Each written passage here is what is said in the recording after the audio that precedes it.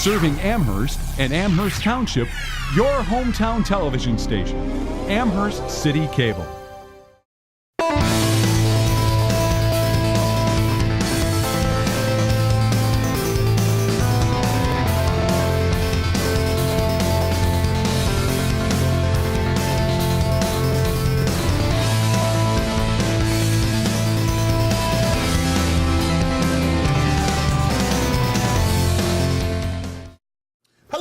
Sports fans of Northeast Ohio, how you been doing? This is the Sports Show.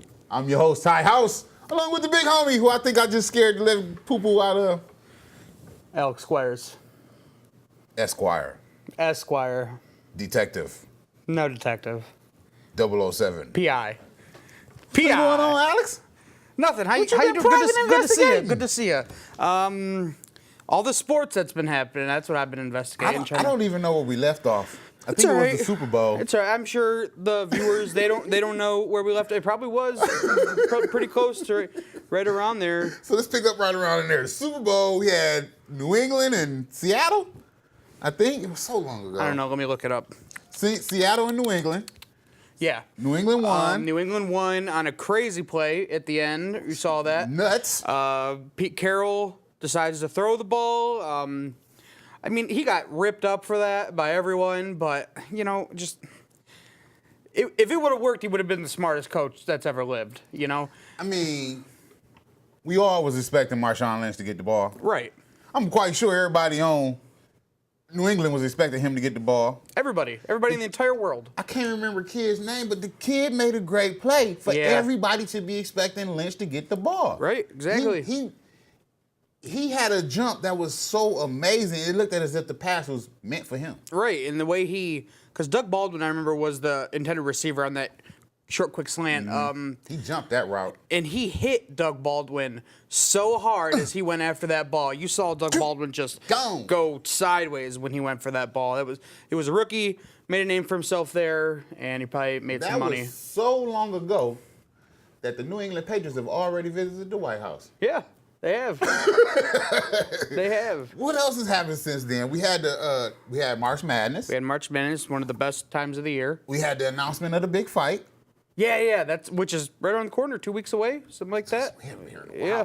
March Madness was awesome. As always. We got down to the Final Four where we had two, not one, not zero, but two Big Ten teams representing. Mm-hmm. I love how the Big Ten teams represent when the bright lights are on. Exactly. Not just the tournament, but when the bright lights are on, the Big Ten teams come to show all season long. The Big Ten is down. The Big Ten is down. Football, the Big Ten is down. Basketball, the Big Ten is down. Then when you cut the lights on and all the dust settle, guess who'll be standing there? They're like, oh yeah.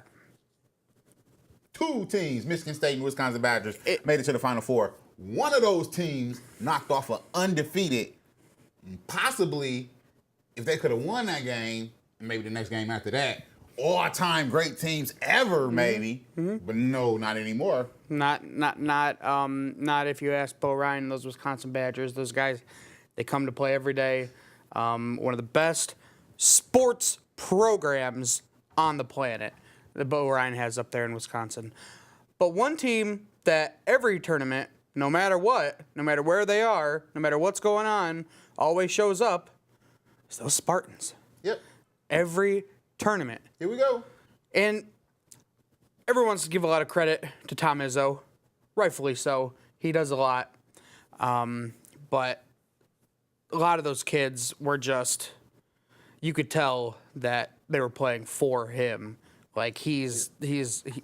It's always like that with Tom Izzo, and I mean, you only can put it to coaching because he don't have 8 McDonald's All-American on his team. Mm-hmm. He don't have 4 McDonald's All-Americans on his team. He had 1 McDonald's All-American on his team. Right. And who was a senior, not a McDonald's All-American that did a one and done. Right. A senior. Stayed there the whole time. It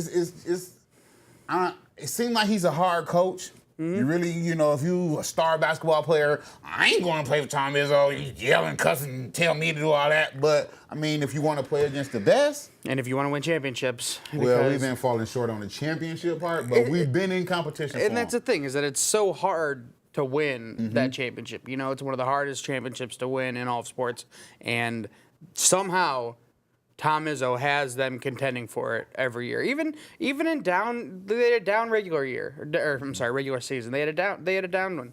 They came in as a 7th seed, probably drastically underseeded if you want to put it that way. A 4, 3, and a 2 en route to the Final Four.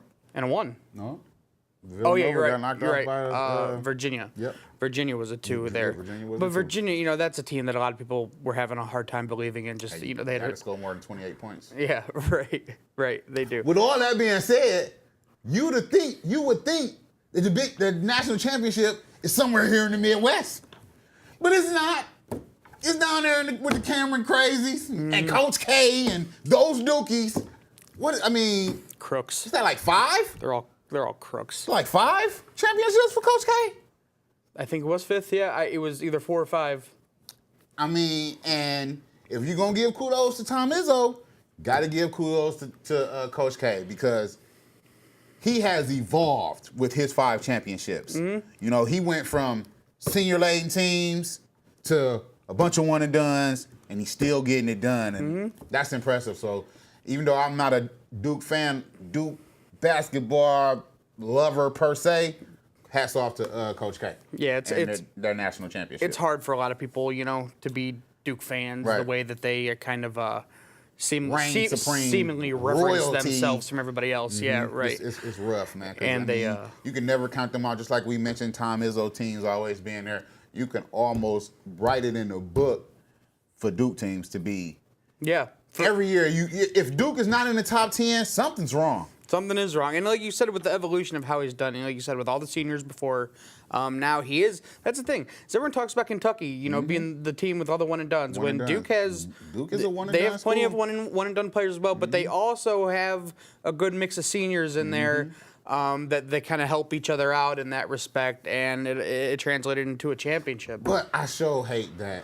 I either wanted it to be an all Big Ten final, or I wanted to see the Blues go at it. Yeah. I mean, the Duke-Wisconsin game was awesome. Just to let y'all know, Wisconsin knocked off Kentucky, like I said earlier, and Duke beat Michigan State, so they collided, them two. Red versus blue, Crips and Bloods. Duke pulled it off. So, you know, they national champions. What else been going on? We done got started with the baseball season. Oh yeah, and it's been an exciting one so far. Those Detroit Tigers currently own the best record in baseball, and they've been playing outstanding. And those Kansas City Royals are sitting there hot on their trail. They're one right there. game back, like They're right there. blink. I dare you, blink. Right. A lot of people, you know, and they lost. You know, they lost James Shields. He's out there in San Diego. Still pitching very well. They had some key offensive additions. They brought in Kendrys Morales, who seems to have revived his career a little bit. Speaking of that San Diego team, I think that San Diego team is going to shock a lot of people out there. Oh, yes, they will. I mean, they made a lot of power moves, and we still early in the season, but you could see the makings of something strong and powerful out there in San Diego. They made 10 trades over the offseason. They was making trades right up until opening day. They did. It was the day after opening day when they traded for Craig Kimbrell. And those 10 trades involved something like 35 players or something like that were all mixed around, shuffled about, stuff like that.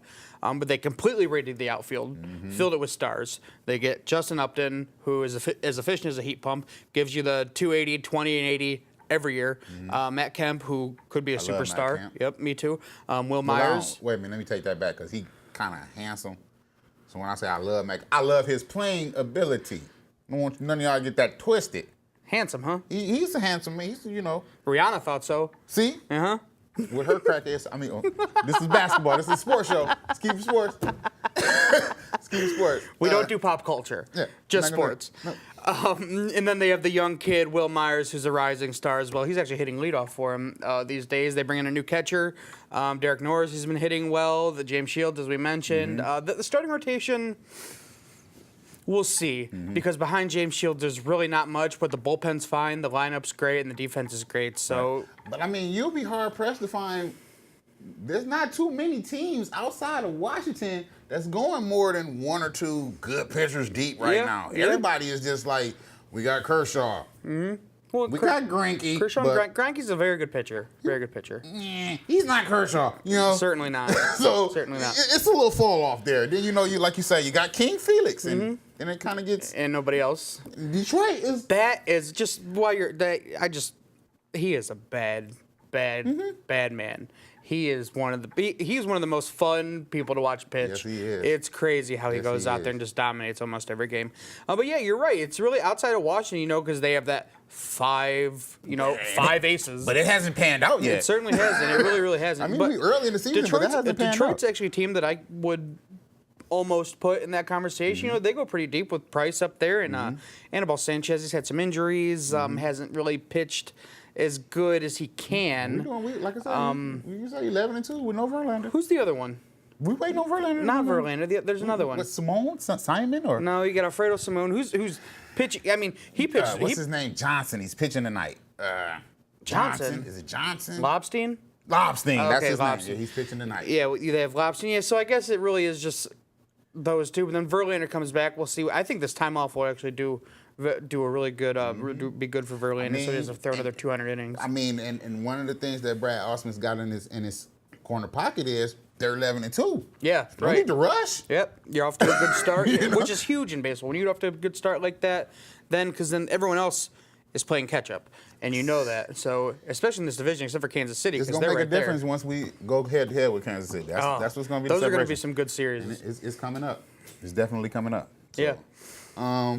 We also in the middle of the NBA playoffs, which I think we might spend this whole second segment talking about. Yeah, right. Like they just got underway. Go Celtics. So Just joking, this everyone. is the sports show. Just joking. We're gonna take a break. We come back. Send the hate tweets. We talking. I'm giving you his email. Might even give you his phone number. You can have it. This is the sports show. We'll be right back.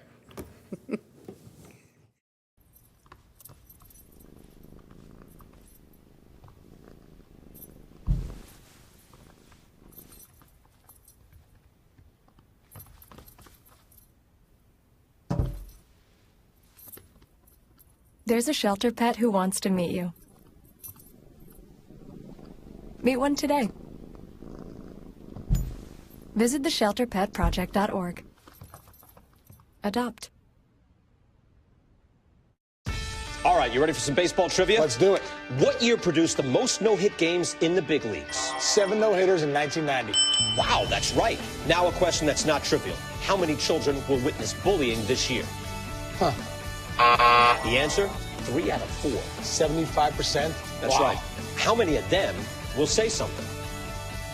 Kids want to help, but don't know how. Teach them how to stop bullying and be more than a bystander at stopbullying.gov. Get out to the forest Let the kids connect to their roots. It's gonna be so much fun. Yeah! Woo-hoo! Hey, guys, wait up! and discover the wonders of nature with your family.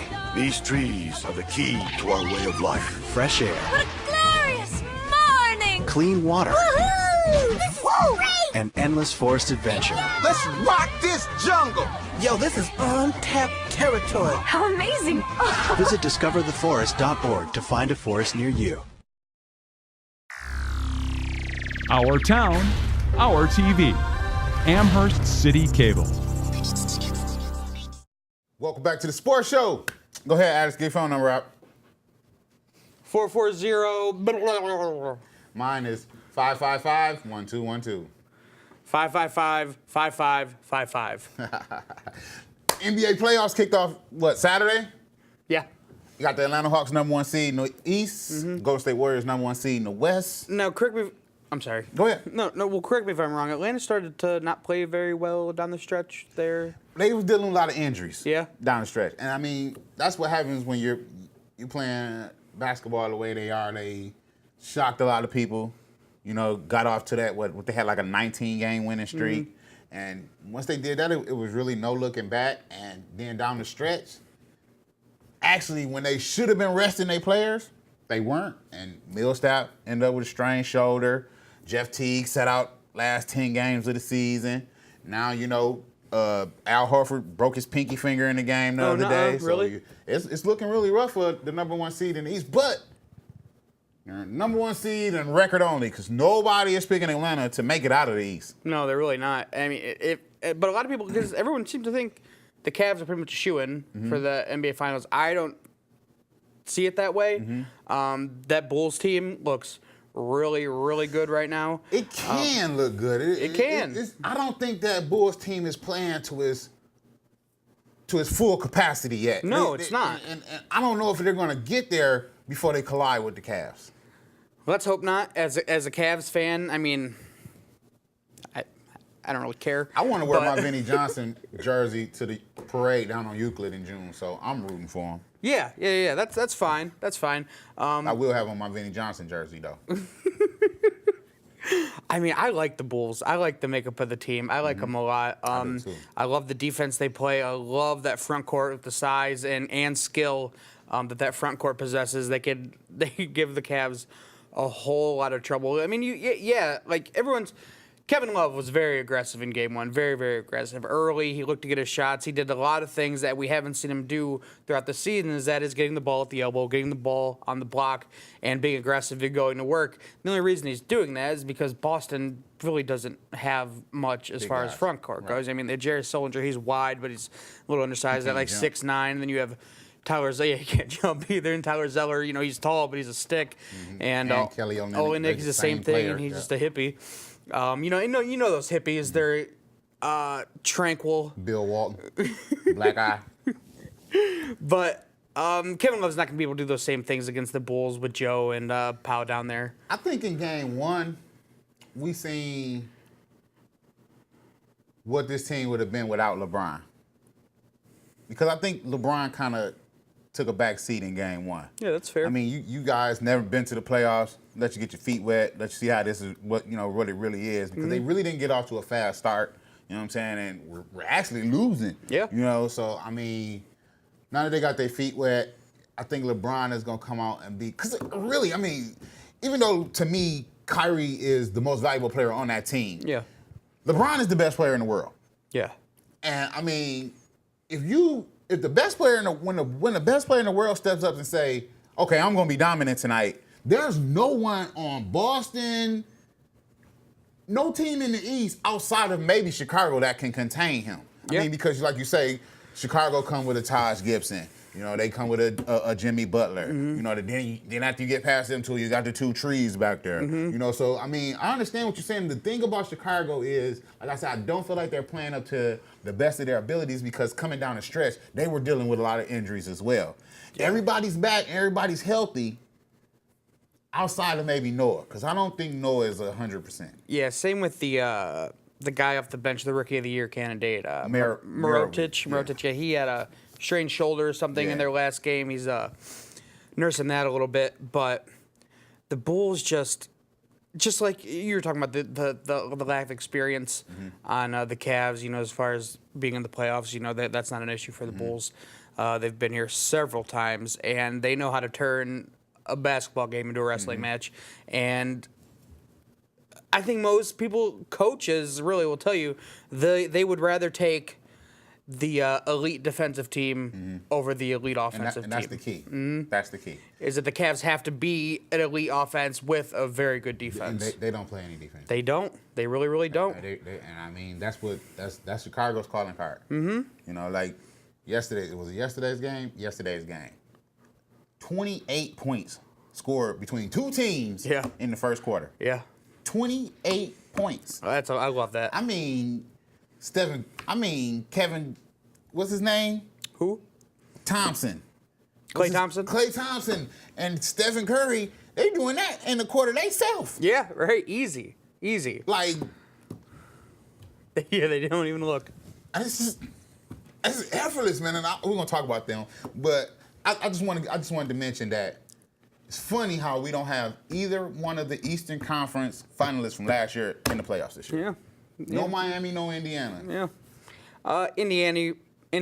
I mean, both of them, had a little bit of tough luck there with the Paul George injury. That was crippling for that team. He is that team. I think the loss to Stevenson hurt him a lot. Yeah, as absolutely, well. absolutely. And he did nothing in Charlotte. He didn't, did he? He was on the bench at the end of the season. Wasn't even playing. Like, are you serious? You just gave him all that money to sit on the bench? Now, was he being a dope or what's? It wasn't a good mesh. It never worked. Well, and that seemed to be kind of the problem on the surface, at least, that it looked like that was the problem in Indiana. They talked about, and that was a big reason as to why he left. Speculation-wise, a lot of people think that he didn't get along with a lot of people there, rubbed a lot of people the wrong way, and didn't fit. He might need to take some Adderall or some kind of medication that he's not taking. You think he needs it? He's a little unstable. Yeah. I mean, if you blowing in another man's ear on the court in front of everybody, you just blowing in his ear? Well, it makes him feel weird. Maybe throws him a little bit off playing with his kilter. genitals. Whoa. You don't remember that? Whoa. The slap of the genitals? I mean, slapping and playing with are two different things. If you slapping another man's genitals, that's playing. I don't know about that. I don't know. On a basketball court, leave his genitals alone. Don't touch his genitals nowhere. All right. No more saying the word genitals anymore. To say penis? In the East, in the West, the Golden State Warriors ran away with the West. Yeah. The Spurs made a strong, they scared the crap out of me. Mm-hmm. They made a strong push for that number 2. Yep. At the end and ended up with the 6, which is not actually bad for the Spurs. Not bad. Now they got to play the Clippers? I don't think they're really scared of the Clippers. They lost to them. I mean, you go game 1 on the road. Yeah. This is an older team. I know. I'm not saying that would be incredibly foolish and irresponsible for me to say something like that. That scared me about a George. Because I picked the Clippers to win the championship. I remember. So I'm rolling with the Clippers. I remember our picks. Spurs scared me, man. If we remember our picks, I did pick the Cavs to win it, and I picked them to beat Golden State. I got the Bulls and the Clippers. That's true. Which I would. Frankly, I'd rather see that series. Honestly, that'd be a bloodbath of a series. That was before the season started. I'm still gonna stick with my picks, but I would love to see Golden State and Cleveland. I mean, that's probably what the NBA wants. That would be the Battle of Akron. That's what. Don't tell me yet. Hold on. Yeah. Steve Kerr, who's from Akron? Both of them. Steve Kerr is? Okay, I was just trying to think of who in Golden State was from Akron. Yeah. Stephen Curry. Steph Curry's from Akron? Yep. No way. Born in Akron, Ohio. Really? Yep. Dale was playing for the Cavaliers when he was born. I did not know that. The Battle of Akron.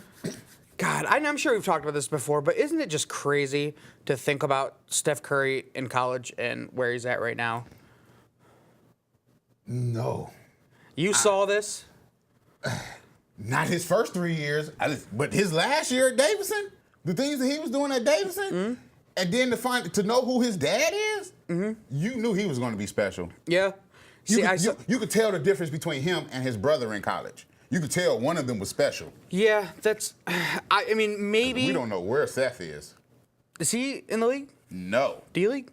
IGA? He might be coaching somewhere. D-League. Just Steph. I mean, obviously, some people saw it. I didn't see it at all. He looked. There was. I know this was before him, but there was a lot of Jimmer Fredette in his game to me.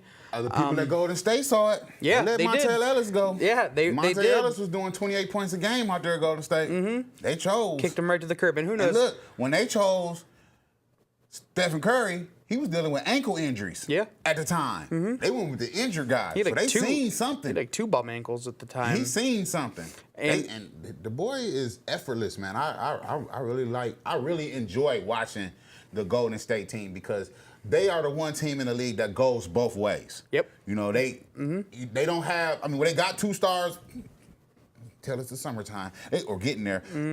They got 2 stars that's going to do all their scoring. And then they got a bunch of role players. Yep. That do everything else. The little things, all the other stuff. Yeah. Even when it's time to give Curry and Thompson arrest. You bring Barbosa in the game. Barbosa, if you a backup point guard or a tired starting point guard, he is blowing by you. Absolutely. Even at his old age. It's hard to keep up with Barbosa. Well, I mean, in his prime, he was regarded as the fastest player in the NBA. Right. You know, coast to coast, that guy would just fly. He's still got a little bit of that. He's still doing it. Absolutely. And another team out in the West that scares me that really nobody's speaking about is the Memphis team. Oh yeah, I mean that's it's an easy team to not talk about. If you're in the public eye or you're national news, you're talking about it. Whatever, it's not exactly the sexiest team They're there is. But they're like the Bulls. They're a team that can make a game ugly. very very ugly, and that's exactly the kind of style you need to play in the playoffs. They got some big uglies down there. Jeff Green has made a big splash since coming from Boston. Mike Conley's just really stepped up his game. He's coming back off that injury, looking good. I mean, they really dominated Portland the other night. But now going on the road with Memphis. Yeah. Against a San Antonio, or maybe even a Golden State. But yeah. They will get a Houston, a Dallas. Portland. And the Clippers, they will give the Clippers a good run. Absolutely, I agree. So, I mean, to me, those are the 4 teams you got to watch out for in the West. And you can't count out Houston. It's just kind of one-dimensional down there in Houston. Yeah, you can't count them out, like you said, because they do have one of the best players in the NBA. He can score at will, seemingly. He can shoot free throws really good. Yeah. Because he be like, every game, he be like 14 out of 15 like this. He does an awesome job of getting to the line. Yeah. But every time you look at his stat line, most of his points come from free throw line. Well, yeah, he gets to the rack. He shoots pretty close to 90% from the line. And he really is that whole offense. And that's a lot has a lot to do with it. He's taking it to the rack a lot. Right. He's getting beat up a lot. And he takes a lot of hard fouls because a lot of people don't like him very much. And they don't have a point guard. Yeah, is Pat Beverly hurt? Yes, he's hurt. That's a shame. He's one of my favorite players in the NBA to watch. He's just so annoying defensively. I can definitely see him getting past Dallas. And they're the 2 seed. So, I mean, they're going to have to deal with Memphis next. Yeah. That's just the West. Well, it's a meat grinder. Sports show. I think we all caught up. Yeah. We didn't get a chance to talk about Mayweather. We didn't talk. We'll focus in on Mayweather and Pacquiao in the coming weeks because that fight is starting to roll around here soon. What about Jordan Spieth in the Masters? We'll speak about Jordan Spieth in the Masters. Spieth, 21-year-old phenom. Spliff. Him. Yeah. Spliff star. Jordan Spliff. What you doing, Jordan? Stay I'm sure he had one after, wouldn't you? Colorado. Wouldn't you to celebrate the Masters? A drink, not a spliff. All right, we're getting a little racy here. This is the sports show. We'll be back next week. That's the big homie, Alex Squares. And I'm Ty House. Peace.